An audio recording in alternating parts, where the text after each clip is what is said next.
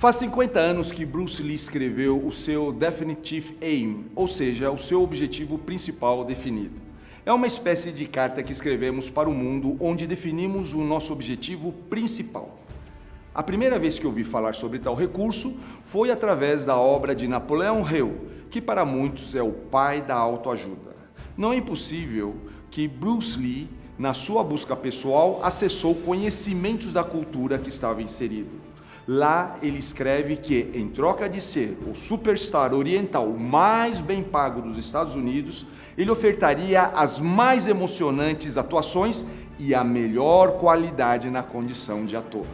É isso que veremos nessa cena do filme The Way of Dragon, no Brasil, O Voo do Dragão, onde Tan Lun, interpretado por Bruce Lee, enfrenta Colt, papel de Chuck Norris, onde? No Coliseu de Roma.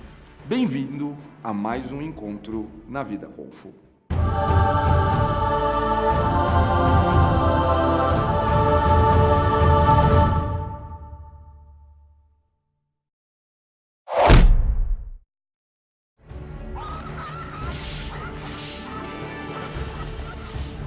Escolhi essa cena que envolve dois grandes ícones das artes marciais, Bruce Lee e Chuck Norris. Chuck, na época, já era várias vezes campeão mundial de karatê dos torneios de Long Beach e, com isso, era um renomado artista marcial convidado por Bruce Lee para participar desse filme que ele é o diretor, é o roteirista, o ator principal e coreógrafo das lutas. Então foi muito interessante ver o respeito entre os dois artistas marciais. E aqui eu quero mostrar um pouco dessa linguagem que eles utilizam, principalmente Bruce Lee, com a ajuda do mestre Fábio Campi da Conexão Marcial. Fábio, obrigado mais uma vez por estar aqui, para que a gente possa mostrar para você no canal Kung Fu Life.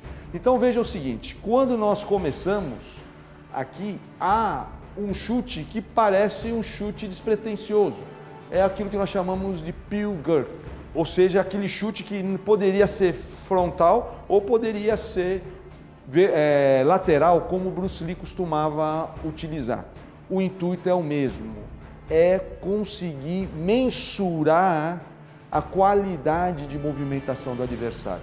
Obviamente que Chuck, ele tem uma boa qualidade, mas quando ele volta para o centro, há um pequeno excesso. O excesso é para frente. Por isso que Lee utiliza o lap e depois o pak para depois fazer o golpeamento. Não seria necessário. Isso mostra o respeito que Bruce Lee tinha por Chuck Norris, independente dos personagens. Por que é interessante isso? Porque ele poderia diretamente já entrar aqui. Ele preferiu utilizar um movimento de lap e depois de pak para fazer o movimento. Observe que na sequência, Chuck intercepta um movimento somente depois de ser golpeado por Lee. Normalmente aconteceria um pouco diferente. Por quê? Porque quando estou aqui e fiz o movimento, perfeitamente poderia ser defendido. E nesse excesso, então, aí sim se utilizaria o soco reverso. Normalmente, tampouco o soco reverso poderia ser utilizado, porque quando nós estamos aqui e houve esse excesso de zelo, veja como essa mão já está direta para ser golpeada. Aí sim eu posso entrar com outro movimento. Ou se no caso eu golpeei com essa e ele fechar com a outra mão, então aí sim eu poderia utilizar o soco reverso. Então observe que todas essas opções que foram elegidas aqui foi em função de um respeito que havia entre os dois adversários. Então, mais uma vez, olha lá, um movimento duplo, que houve o golpeamento e depois o soco reverso.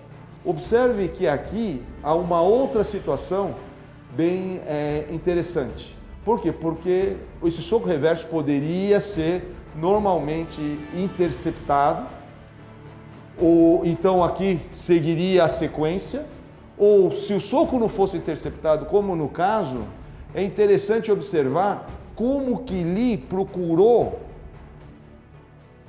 trabalhar o seu adversário, ou seja, Tan Long, interpretado por Bruce Lee, procurou trabalhar o seu adversário para depois fazer o golpeamento. Ele não fez o golpeamento direto, ele procurou usar o desequilíbrio para potencializar o impacto do seu golpe. Então, por isso que é muito interessante, quando nós estamos aqui, observar que poderia perfeitamente haver essa defesa. Tá? E nesse caso, como é que nós faríamos? A mesma coisa, olha lá, poderia vir para cá e, mais uma vez, ter o golpeamento. Tá? No caso aqui, olha só o que aconteceu. Quando houve essa possibilidade de golpeamento, quer seja nesse sentido ou nesse sentido, o que aconteceu? O coach, interpretado por Chuck Norris, fez um movimento muito, olha lá, um movimento bem vigoroso. Agora, o que me surpreendeu foi a capacidade de Tan Long manter o centro. Observe que a mão está aqui e observe como que esse polegar ele está devidamente posicionado. Por quê? Porque quando ele faz a forçação de movimento, a mão continua na linha central. Normalmente, quando a pessoa segura de maneira equivocada, o que acontece? Olha lá, acontece isso. A mão, ela é induzida pela mão do adversário. A sua mão é induzida pela mão do adversário. Aqui se mostrou uma habilidade muito interessante. Por quê? Porque ele manteve o centro e com isso ele pôde, quer seja utilizando aqui, que foi o caso, mas poderia ser usado também um antebraço, fazer o Jiatsao. Ele mais uma vez aqui reforçou o movimento, ele poderia fazer o Jiatsao direto, mas ele reforçou o movimento, mostrando mais uma vez respeito ao adversário, para depois sim fazer o golpeamento. 1, 2, 3 e depois a palma. Sobre essa sequência final, eu já expliquei no nosso vídeo anterior. Tá? Quem quiser, é só clicar aqui para poder ver esse vídeo. O que é interessante quando nós estamos observando essas sequências é as peculiaridades da relação entre um artista marcial e outro, quando nós estamos falando de uma linguagem que está sendo vivenciada dentro da experiência marcial.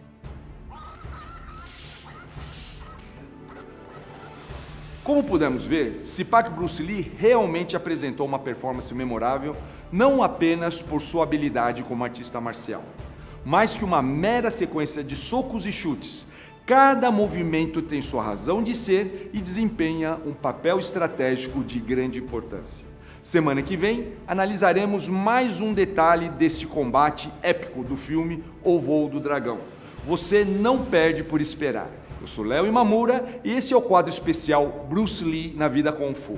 Até a próxima!